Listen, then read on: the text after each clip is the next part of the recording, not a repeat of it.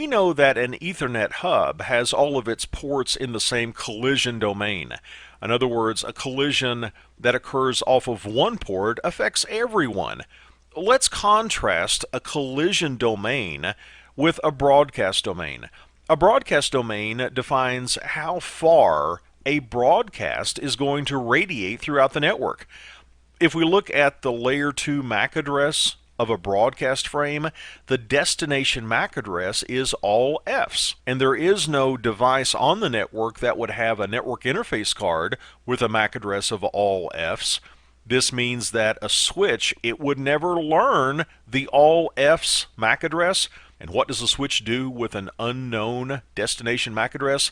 It floods it. It sends that frame out of all of the other switch ports other than the port that the frame was received on. And to get back to our Ethernet hub, just as all of the ports on an Ethernet hub belong to the same collision domain, they also belong to the same broadcast domain. A broadcast seen on one port will be sent to all other ports on an Ethernet hub.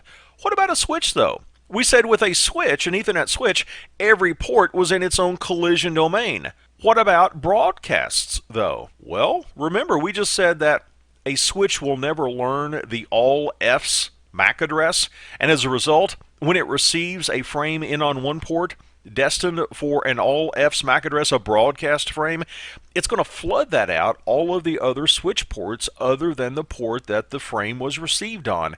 This means that all of our Ethernet switch ports belong to the same broadcast domain. This could start to impact the scalability of our network if we had a very large network and we had a lot of broadcast traffic. So the big question is, what will separate a broadcast domain?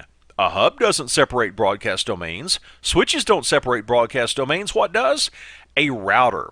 A router is a layer 3 device. It's the network layer of the OSI model, and a router will separate broadcast domains. Broadcast traffic seen off of one router port will not be seen off of the other router port. In other words, the router is not going to forward that broadcast traffic.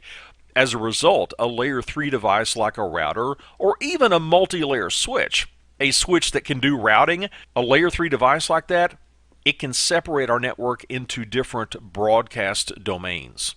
Let's do a quick summary of what we've now said. We said that all of the ports on a hub belong to the same collision domain and to the same broadcast domain. We said that each port on an Ethernet switch belongs to a separate collision domain, but they all belong to the same broadcast domain.